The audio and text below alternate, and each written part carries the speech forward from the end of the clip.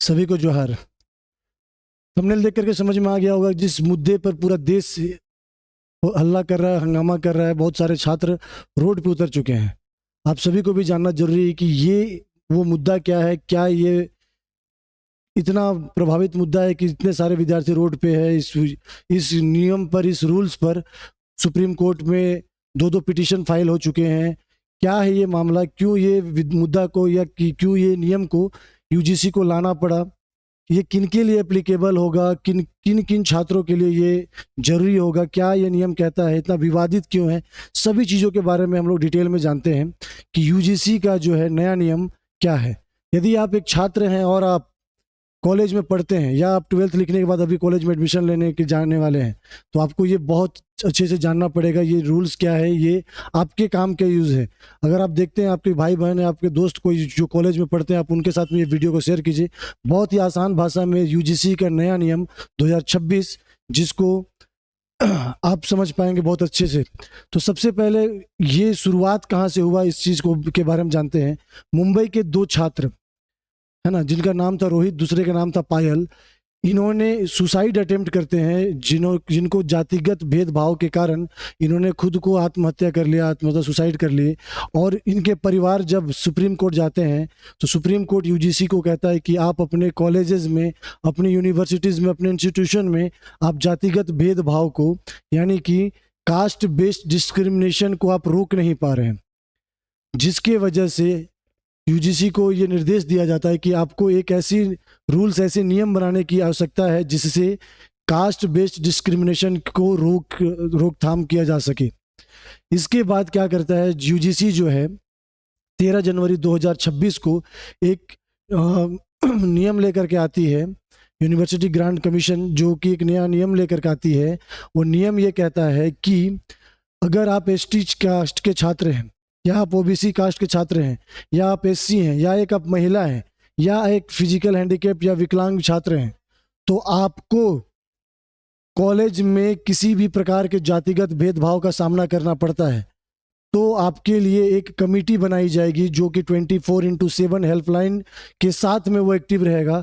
जो आपके ऊपर अगर किसी प्रकार का जातिगत भेदभाव या धर्म के प्रति किसी प्रकार का कोई भेदभाव किया जाता है, तो वो कमेटी को आप डायरेक्ट जा करके या कॉल के माध्यम से, हेल्पलाइन नंबर के माध्यम से आप उस पर कंप्लेन कर सकते हैं, अपनी शिकायत दर्ज कर सकते हैं।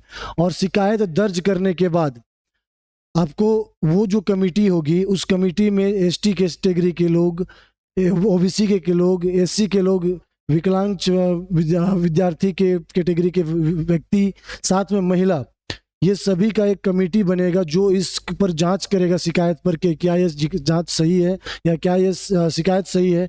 और शिकायत सही मिलने पर जो भी व्यक्ति जातिगत भेदभाव या जो भी इस डिस्क्रिमिनेशन पर जो मतलब क्या बोले, जो शिकायतकर्ता के प्रति जो जिनके खिलाफ कंप्लेन होगा, अगर वो मतलब दोषी पाया जाएगा तो उसको पनिशमेंट किया जाएगा, उसके ऊपर उसको सजा दिया जाएगा। ये उस कमेटी की काम होगी, है ना। अब यहाँ पर चीज़ें ये है कि ये नियम को लाने के लिए यूजीसी जो है अपने कॉलेज, इंस्टीट्यूशन, यूनिवर्सिटी को चूँकि अब नियम आ गया तो इसको बनाना पड़ेगा। इस पूरे कमेटी में का काम ये होगा कि वो सबका निगरानी करे और इस पर एक्शन ले। साथ के साथ अगर ये नियम को कॉलेज अगर नहीं मानती है तो कॉलेज को, यूनिवर्सिटी को या इंस्टीट्यूशन को यूजीसी पनिशमेंट यानी जुर्माना लगा सकता है, उसका मान्यता रद्द कर सकता है, या यूजीसी की तरफ से मिलने वाले फंड को जो है वो रोक सकता है। तो इसको मानना जरूरी है। अब ये विवादित क्यों है? ये विवादित इसलिए है क्योंकि इस नियम पे, इस लॉ पे, इस पूरे कानून को जो कमीशन बनाया गया, इस पर जनरल कैटेगरी के जो बच्चे हैं, जो सामान्य वर्ग के जो छात्र हैं, उनके लिए कुछ भी नहीं कहा गया। क्या डिस्क्रिमिनेशन सिर्फ एसटी, एससी या ओबीसी या महिला या विकलांग बच्चे के साथ हो सकता है? क्या भेदभाव आपका जनरल कैटेगरी के बच्चों के साथ नहीं हो सकता है? तो इस कमेटी में भी जो है, अगर सामान्य वर्ग के व्यक्तियों की सदस्यों की संख्या का जगह नहीं दिया गया है, पहला। दूसरा चीज़ ये है कि जो विद्यार्थी अगर इसका दुरुपयोग करते हुए अगर किसी सामान्य वर्ग का बच्चे का अगर मान लीजिए कंप्लेन करते हैं तो उसके लिए क्या होगा, इसके बारे में भी कोई सूचना नहीं दिया गया है।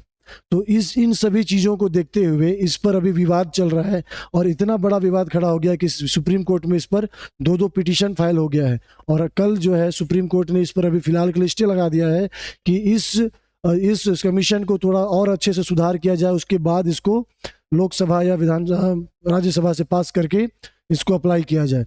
यानी कि जो विद्यार्थी इसका विरोध कर रहे हैं उनका मांग ये है कि जनरल कैटेगरी को बच्चे को भी इस कमेटी में रखा जाए, ताकि उनके साथ भी अगर भेदभाव होता है या कोई इसका दुरुपयोग करता है तो उनके लिए एक सख्त आदेश बनाया जाए कि दुरुपयोग हो रहा है और जांच के बाद वो गलत साबित होता है तो किसी प्रकार का कोई सजा ना हो। क्योंकि बच्चे कॉलेज में पढ़ने जाएंगे, अब इन सभी चीज़ों में अगर उलझ जाएंगे तो पढ़ने का समय कहाँ बच जाएगा।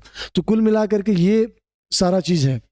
तो इन सभी पर अभी स्टे लग चुका है। तो अब आपका क्या राय है इस पर या इस कमीशन पर, है ना, ये कमेंट बॉक्स में जरूर बताइएगा। अगर आपको इसका पूरा डिटेल्स में पढ़ना है तो आप हमारे टेलीग्राम चैनल पे इसका पूरा पीडीएफ डाला हुआ है, आप पीडीएफ में जा करके पढ़ सकते हैं, है ना। जो कमेटी बनाई गई है भारत का राजपत्र जो है 13 जनवरी 2026 को ये नियम बनाया गया, हिंदी और इंग्लिश दोनों में है। पूरा डिटेल में आप पढ़ सकते हैं कि ये जो नियम है वो नियम किस बेसिस पर काम करेगा, कहाँ से किसी के नस्ल पे, किसी के जाति पे, किसी के धर्म पर अगर कोई किसी को डिस्क्रिमिनेशन करता है या भेदभाव कराता है, चाहे वो एसटी कैटेगरी हो, ओबीसी हो, महिला हो या दिव्यांग व्यक्ति हो, तो उन पर सीधे सीधे वो अपने 24/7 जो कमेटी जो बनाई गई है ना, जिसको EOC कहते हैं, इक्विटी अपॉर्चुनिटी सेंटर, EOC, यानी एक ऐसा सेंटर बनाया जाएगा जिसमें सबके लिए मतलब इक्वल मतलब क्या बोले, डिस्क्रिमिनेशन पर जो बात करेगा, जो सभी कैटेगरी के लिए वो रखेगा। बट इसमें अभी फिलहाल के लिए सामान्य वर्ग के बच्चों को बाहर किया गया है। ये सारा डिटेल्स आप इस PDF से पढ़ सकते हैं। चलिए, आपका राय क्या है इस कमीशन को लेकर के, क्या ये सही है या क्या ये गलत है, अपने कमेंट बॉक्स में जरूर बताइएगा। और आगे की इस प्रकार की और जानकारी के लिए चैनल को सब्सक्राइब जरूर कीजिएगा। मिलते हैं इसी तरह से नए वीडियो पर। धन्यवाद।